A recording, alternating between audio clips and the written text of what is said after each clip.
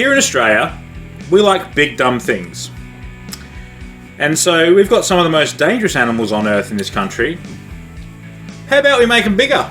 Why not? Maybe make them dumber. Sense. Yeah, makes sense to me. Why not? Welcome back to Big Dumb Things. And this episode is about Australia's wildlife being scaled up. And some of these things are frightening. They're all huge and they're all deeply confusing. Are you ready for this? I'm ready. Hit me with it. What have we got? What have we got? What's big and dumb, mate? Number one on today's Big Dumb Things list is the big cane toad. Mm-hmm. Okay. In Serena, up in Queensland, North Queensland there. We begin with a choice. The big cane toad. Not a native animal. No, I was going to say it's not a beloved animal. No. It's a fucking pest. We hate them. We kill them. Possibly Australia's most hated creature, I would suggest. It's probably comfortably most hated creature. Cane toads were actually introduced to Queensland because of the cane beetle. Yes. And there were cane beetles eating all the sugar cane throughout Queensland. And when that happened, they brought in the cane toad, thinking that because it's called a cane toad, it will eat the cane beetle. Bum-bow. I don't know if you know this, but cane toads don't climb. And it got a taste for the local wildlife, didn't it? It killed off much of the local wildlife. Terrible. Absolute piece of shit. But when people... they started spreading everywhere, somebody said, let's build a massive one. Why? Dumb. Yeah, why? Okay. Well, what's the reasoning for it? In 1983, for the Serena Sugar Shed Festival, so back in 83, the big cane toad was built and still stands today as a controversial celebration of the introduced species that we famously regret, which we do.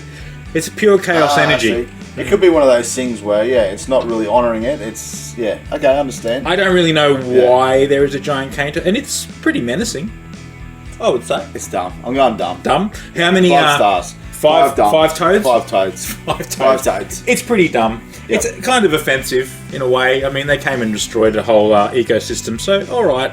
Moving on. Number 2 on Big Dumb Things today. We have got something that they're frightening at the best of times. And this one is, equally frightening. The big crocodile. There are a lot of big crocodiles in Australia, and they're usually alive and fucking out of control. This is in Normanton in Queensland. Not a cartoon crocodile. This is a life-size replica of a real crocodile that was shot in 1957.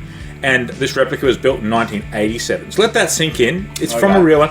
Do you want to hear the size of this 57 to what? 87. So there's a bit of a gap in time there. Yeah. But it's because it was 9 metres long. Whoa, that's a dinosaur. That's a big croc. That's a monster. Big salty. Big salty. Teeth and a presence, this thing. It's not a roadside attraction. It's a warning. Do not go anywhere near the water in North Queensland or you will become crocodile fodder. You'll be chewed up. I like it. It's educational fear. Yep. And you know what? I don't know how dumb that is. It's frightening. I mean, look at it. Have a look at it. I like it. No, I'm giving that no dumbs. No dumbs. It's a 0 dumb on the dumb rating. Yep, I like it. It's just a straight up frightening monster. This is pretty amazing to look at, All right, next on our list for big dumb things, and this one's a big dumb, and I've been here and I've seen this, and it's as silly as it sounds. It's the big cassowary in Wongaling Beach up in North Queensland. If you don't know what a cassowary is, imagine a dinosaur that's angry, but also a bird. A raptor without arms. Yeah, actually, that's probably pretty good. Little flappy wings. A flightless giant bird. They're already a giant bird. They're already dangerous. They'll kick you to death with their claws. Like, they actually can kill you. They actually will... Yeah, they are dangerous. Yeah, you don't piss them off, and you don't can them. They've got a crest on their head and massive claws. In the early 2000s, they built this statue which celebrates the region's native cassowary population, and it remains a prominent roadside landmark. It's colourful and majestic. And it is. It looks kind of cool, I guess. But it's also really bizarre. I don't know. It's prehistoric vibes, mildly threatening. I mean, it's like a big birdie dinosaur thing. If you've ever seen a real cassowary, they're intimidating enough, really. But this big dumb one, I'm going to give this a 4. A 4? A solid 4. A solid 4. Because why? At least it's native. It's better than the toad, so I'm going to give it maybe a 2. At least it's educational. All right, we'll go with a 2. We'll go with a 2. It's a local thing. Gets 2 cassowaries out of a possible 2 cassowaries. 5. All right, the next one, which is also in Normanton, Queensland. Sorry, these are all Queensland's. There's actually a couple. There's actually a few of these, not just one. But the one I'll focus on is the one in Normanton because I've seen it before.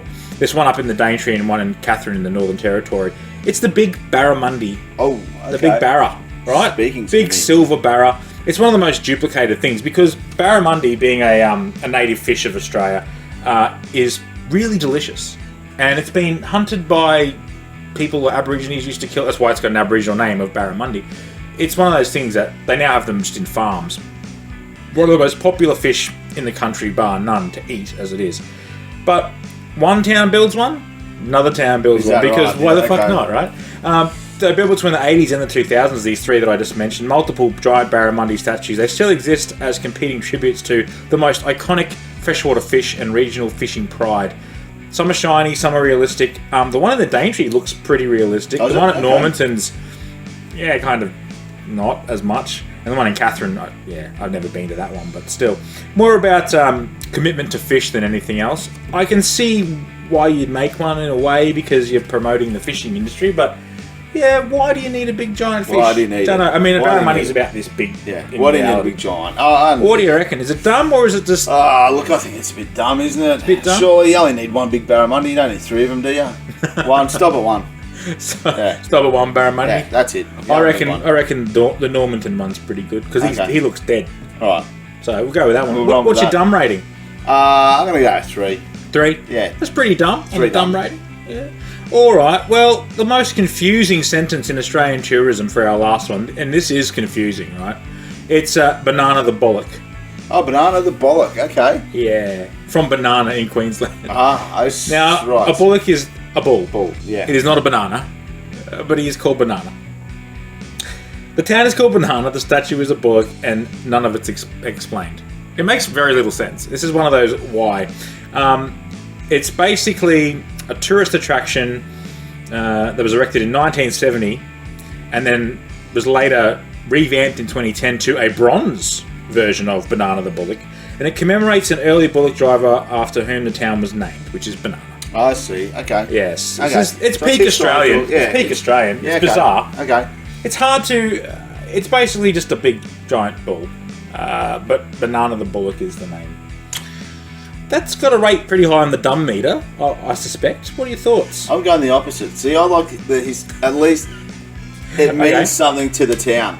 So what was the origin? It was the actual driver, wasn't it? That the town's named after. Yes. So I like history, so I'm saying that's not dumb, but I wouldn't call it an attraction. It's just a statue of a bull. What's that, maybe a one bull? One or two one bulls? Bull, yeah, one bull. I'm going to go one, yeah. Banana the Bullock. Whilst it sounds confusing, it's a bit less confusing when you know the history, I suppose. That's fair enough. Alright, well these animals didn't necessarily need statues, and they definitely didn't ask for statues, but Australia gave them one anyway. There you go, that's what we do here. Big dumb. Permanent, impossible to ignore. They're big dumb things, let's be honest. But next up on Big Dumb Things, we're going to go look at a few other, I don't know, fairly bizarre food items, I suppose, and a bit of weird things. So I've got some more for you on the next episode of Big Dumb Things, but that's it for now. So until next time, go big and go dumb.